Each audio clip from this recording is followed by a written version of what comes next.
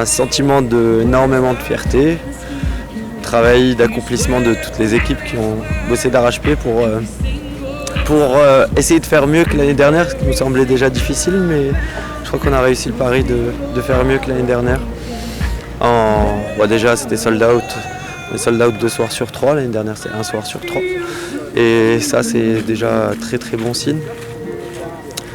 Des concerts incroyables, des gens venus de partout, des sponsors incroyables, des partenaires incroyables. Et ça fait chaud au cœur. Les gens sont fidèles au festival, fidèles à notre équipe et à notre engagement pour faire de ce festival le plus beau festival de Casa. Et d'être vraiment un porte-drapeau de notre ville qu'on aime. Et fier d'être Bédaoui, et ça c'est hyper important pour moi.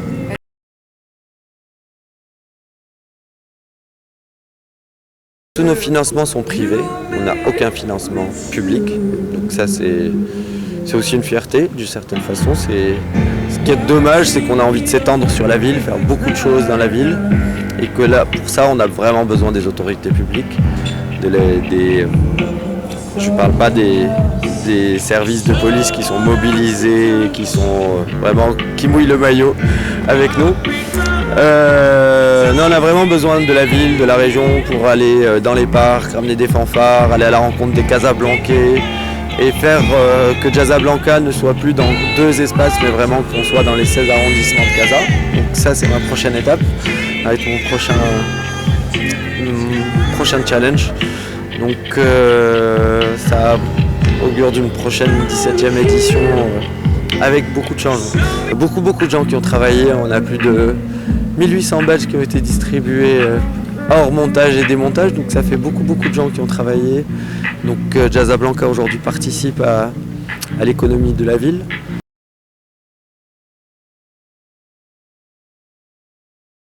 La particularité de cette édition, c'est qu'elle est dans la continuité d'une édition Covid qu'on a organisée en 2 mois. Et que là, on a peaufiné tout ce qu'on n'avait pas eu le temps de peaufiner l'année dernière. Et on est sorti avec un setup du festival incroyable. En tout cas, c'est le retour des gens. Nouveauté cette année, c'est les jeunes talents. C'est de dire qu'une scène publique, moi je suis pas trop pour les scènes gratuites. Sauf si elles ont un objectif vraiment de diffusion, de rencontre des publics, de formation de cette jeune scène et de lui permettre de toucher un public qu'elle ne touche pas forcément par les radios ou les streaming qui est très compliqué. Et donc de les mettre en avant, de professionnaliser, ils sont déjà très pros, mais de leur permettre d'avoir vraiment ce retour aux audiences. Et là on a une programmation qui est très orientée sud du Maroc. Donc venir à Casa et de retrouver un public kazaoui très exigeant et que ça match comme ça, c'est tout beau.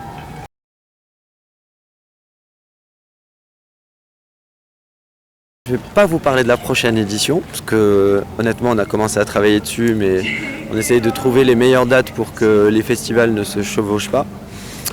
Donc on réfléchit aux bonnes dates, on est en contact avec beaucoup d'artistes, mais on veut faire plaisir aux gens.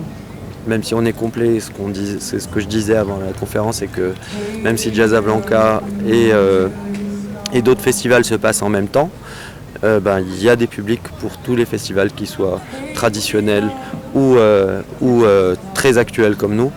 Il y a la place pour tout le monde, mais pour le bonheur des festivaliers qui aiment les différents festivals, et on n'en a pas encore autant que dans certains pays européens,